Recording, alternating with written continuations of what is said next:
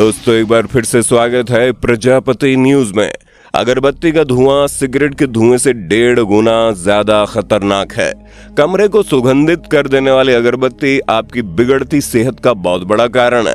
दोस्तों कितनी अजीब बात है ना, जिन चीजों को हम सालों से इस्तेमाल करते आ रहे हैं अब पता चलता है कि वो हमारी जान की दुश्मन है। तभी तो हम सभी भगवान को खुश करने के लिए उनके आगे अगरबत्ती जलाकर खड़े हो जाते हैं, बिना ये सोचे समझे कि ये क्या है, इसका क्या असर पड़ता है।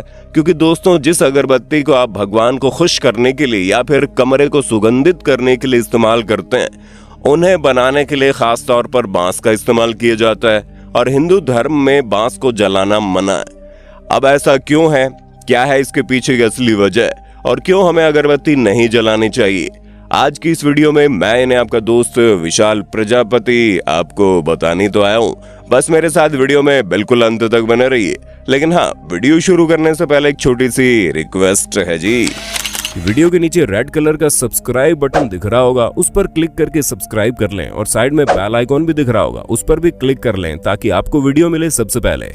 दोस्तों जब बात पूजा पाठ की आती है या फिर कमरे में नेचुरल महक फैलाने की आती है तो सबसे पहले लोगों को अगरबत्ती याद आती है। अब आप अगर अगरबत्ती को देखेंगे तो उसे बनाने के लिए एक लकड़ी पर लेप लगाया जाता है और जब ये लेप जलता है तो आसपास सुगंध फैल जाती है। लेकिन क्या आप जानते हैं लेप के नीचे कौन सी लकड़ी इस्तेमाल की जाती है?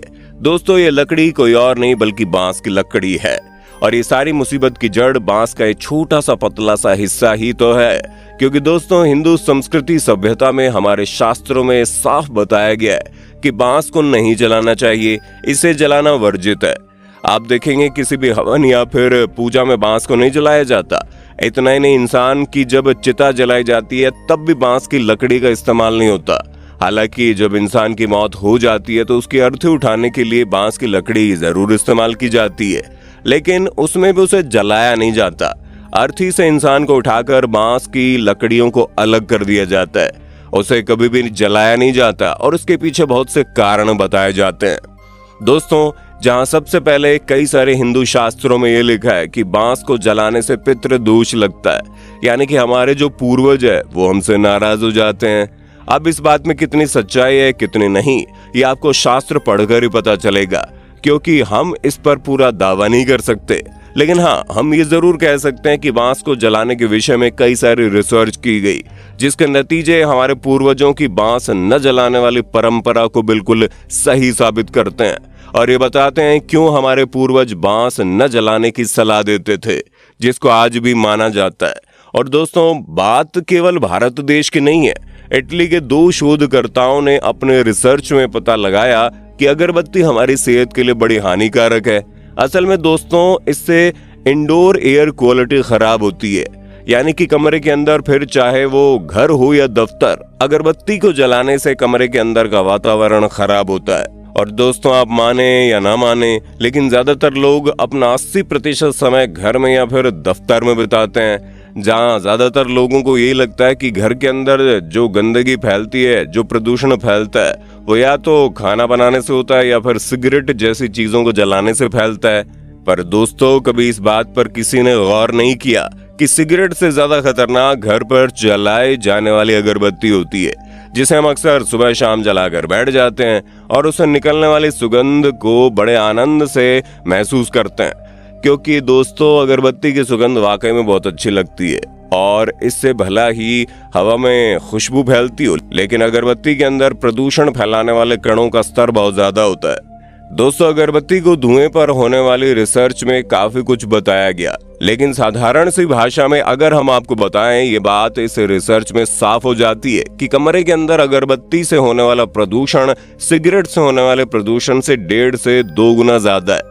असल में अगरबत्ती जब जलती है तो उसके चारों ओर सुगंध फैलाने की वजह फैथलेट नाम का केमिकल होता है। दोस्तों ये केमिकल फैथलेट एसिड का ईस्टर होता है।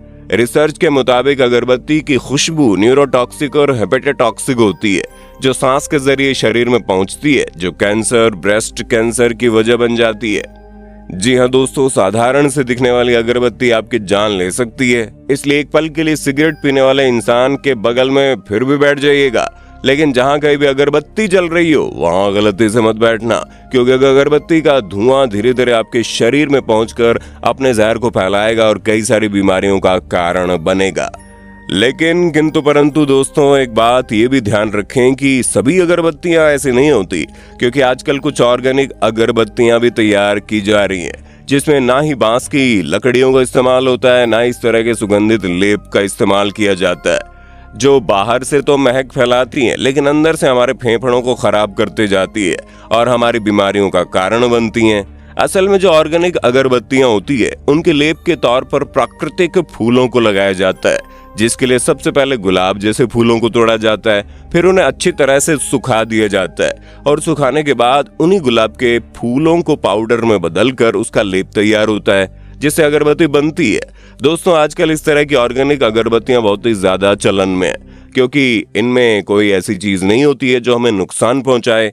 इन्हें बनाने के लिए फूलों का इस्तेमाल होता है और सबसे अच्छी बात यह है कि अब कई सारी अगरबत्ती बनाने वाली कंपनियां फूलों को तोड़ने और फ्रेश फूलों का इस्तेमाल करने के बजाय मंदिर में जो फूल चढ़ाए जाते हैं उनका इस्तेमाल करती है, क्योंकि वैसे भी जो फूल मंदिर में चढ़ाए जाते हैं वो आगे चलकर खराब हो जाते हैं, उनका इस्तेमाल नहीं होता और इसकी वजह से बहुत ज्यादा गंदगी फैलती है, प्रदूषण फैलता है।